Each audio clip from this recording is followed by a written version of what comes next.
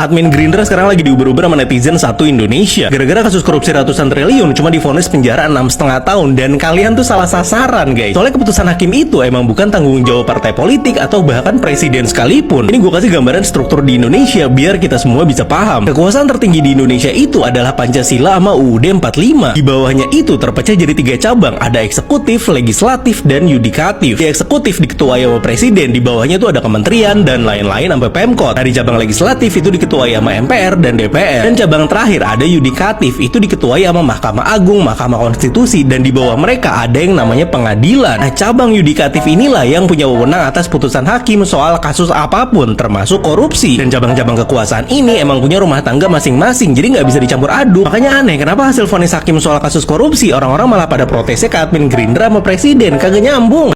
Indonesia lagi menyala nih, Pak Presiden akhirnya speak up masalah kasus korupsi 300 triliun yang kena hukuman cuma 6,5 tahun penjara. Dan beliau ngomong kayak gini. Kalau sudah jelas mengakibatkan kerugian, terutama juga hakim-hakim yang vonisnya jangan terlalu ringan lah. Rakyat di pinggir jalan ngerti, vonisnya sekian tahun. Tolong Jaksa Agung naik banding nggak? Bro, naik banding ya? Naik banding. Vonisnya ya 50 tahun begitu kira-kira. Nah, kalau kayak gini kan masyarakat jadi tenang kan bahwa presiden ternyata merhatiin dan juga turun tangan untuk memberantas korupsi sampai menyarankan untuk bisa sampai 50 tahun.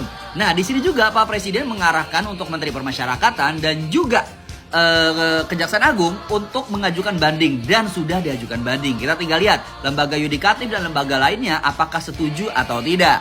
Pasti banyak yang nanya, tapi bang, masa ya presiden nggak bisa langsung ngasih kekuasaan 100% kayak langsung hukuman 50 tahun penjara? Nggak bisa, negara ini 100% tidak dipegang oleh presiden karena dibagi oleh beberapa lembaga. Dimana kalau misalkan 100% dipegang oleh presiden atau kalau pemimpin, takut disalahgunakan. Makanya ada lembaga dimana setara, jadi kayak dimusyawarahkan, ini setuju, ini setuju, ini setuju. Nah, baru itu keputusan bisa disahkan. Di sini Pak Presiden sudah mengajukan banding melalui Kejaksaan Agung. Kita bakal lihat lembaga lainnya menyetujui atau tidak. Itu yang perlu dipertanyakan. Karena kita masyarakat, sebenarnya kata Pak Prabowo, orang di pinggir jalan aja tahu 300 triliun itu hukumannya pasti bisa lebih dari 20 bahkan sampai 50 tahun. Kalau lembaga lain tidak menyetujui banding Pak Prabowo, berarti perlu dipertanyakan ini. Lembaga-lembaga ini berarti tidak mensupport aksi pemberantasan korupsi. Kita lihat aja nanti gimana, karena ini bakal jadi titik balik. Kalau misalkan Pak Prabowo bisa sampai mengajukan banding dan memvonis koruptor yang satu ini bisa sampai hukuman terberatnya, berarti nilai Pak Prabowo di mata masyarakat Indonesia termasuk kalian pasti bakal, wah ternyata Pak Prabowo beneran nih ngeberantas korupsi dan sebagainya, menyuarakan suara rakyat, hak rakyat.